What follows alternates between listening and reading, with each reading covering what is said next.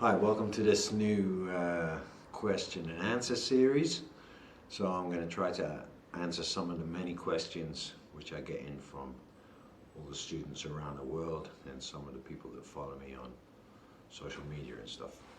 So these are questions about different things in martial arts. Okay, so this is the first episode. Here we go with the first question.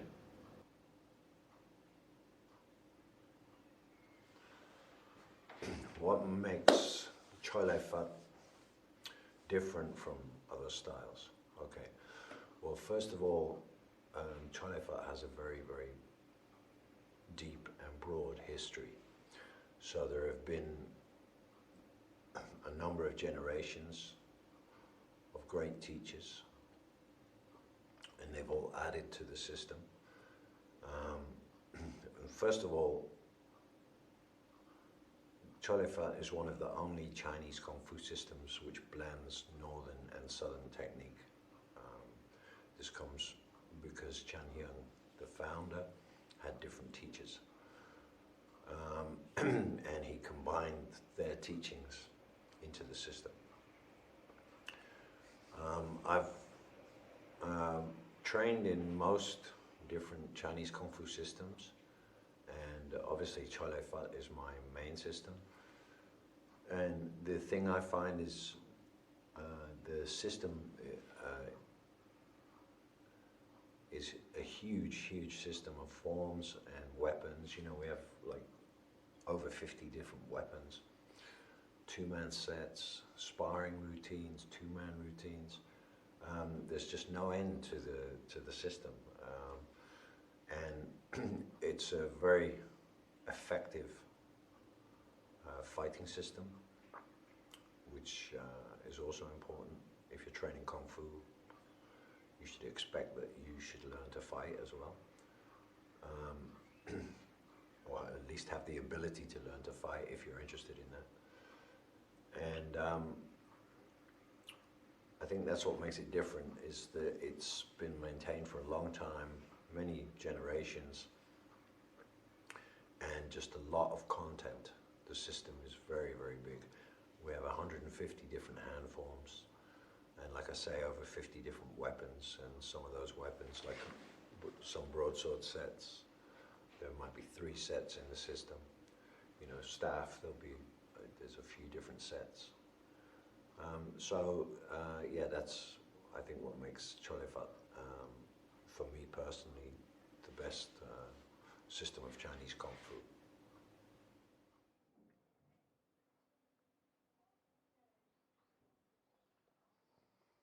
So yeah, this is a question I get asked all the time by so many different students.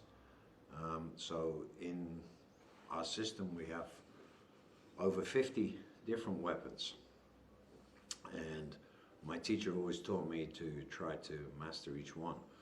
So I tend to work a lot with all the different weapons, and generally my thing is that my favorite weapon is the one I'm holding in my hand right at that moment.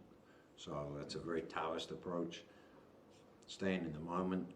So whichever weapon I'm using, I try to do the best for that weapon. So basically, I don't really have one particular favorite. I like all of the weapons, and they all require different coordination and different skills.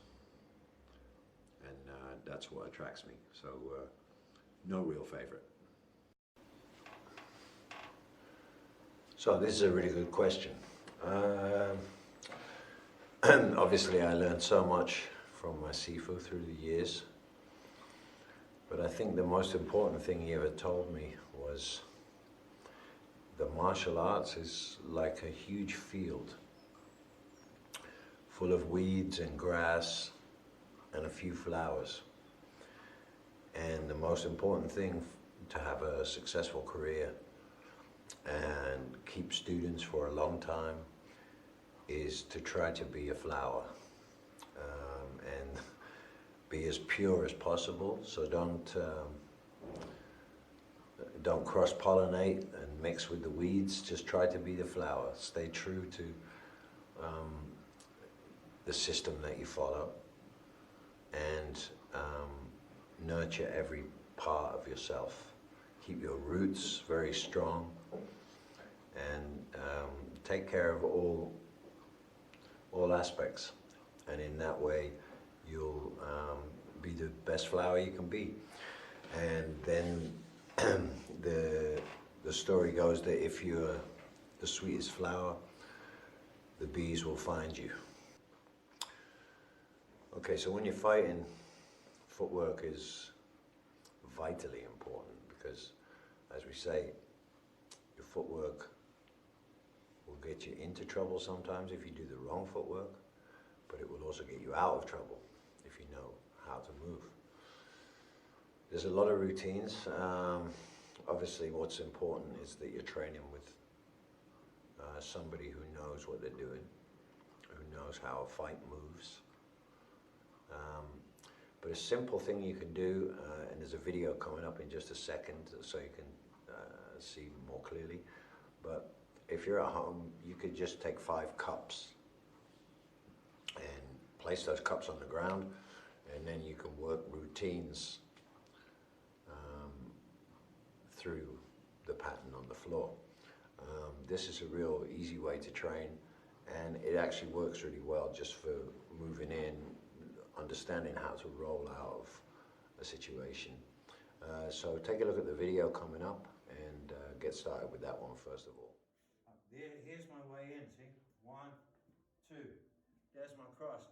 Now, the opponent throws something, I'm dropping there, underneath and out, boom, with another jab, okay? But if they don't do anything and I want to keep going, 1, 2, boom, I'm still stepping out that door because I want to take that power with me when I throw that hook.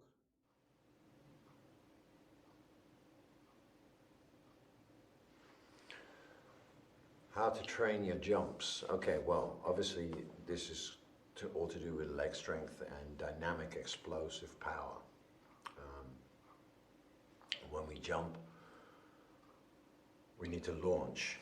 Okay, so you see when a rocket launches to space, it uses a huge amount of fuel and a huge rocket to send it up into the atmosphere. You know, you're working against gravity. So what you got to do is get the fast twitch muscles really firing in the legs, in both legs, or sometimes one leg, depending on the jump you're going to do.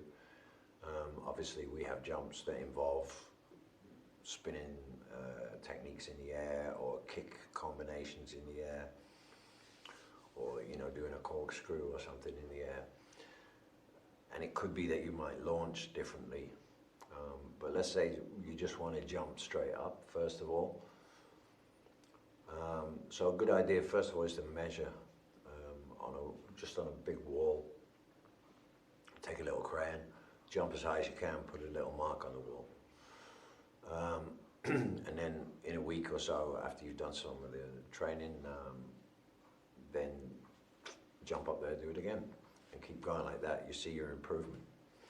So what I always do personally, like if I'm training for the World Championships, for example, and I really need to be jumping like a kangaroo, I always train in a sand pit or on the beach, and then train my jumps and my jumping kicks until basically I need to go and sit down. So I'm going to train really like maybe for an hour just on jumps, but on sand or in a sand pit. We have a sand pit in the garden, so we can do it here at the school. And I also make the pro team do this as well before we go to a competition. Obviously, doing it on sand, you're really having to fire the legs to get off the ground. So this really increases that dynamic explosion that we talked about in the beginning. Another way you can do it is just take a weight or a couple of dumbbells and then jump a few times with the dumbbells, put them down, jump without them, see the difference. I would say, first of all, just get started on the beach or in a sand pit and just keep practicing jumping. The more you do it, the better it's going to get.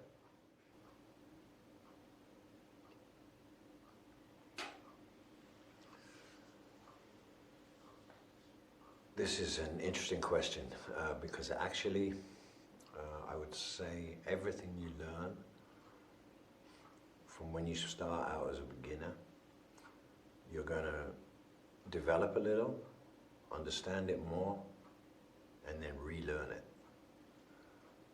And that kind of applies pretty much to everything. As your dynamic and your coordination develop, and your understanding of the thing you're trying to perform, whether it's a hand form or an application or a weapon set or a weapon skill, or a kicking combination or whatever it is. Some fighting movements, maybe a combination of footwork and head movement. The more you do it, the more you're going to understand it. And in time, as your body develops as well, your physical understanding will also develop. So I would say that yes, pretty much everything I've ever learned and thought that I understood, I've later realized that I can still keep developing,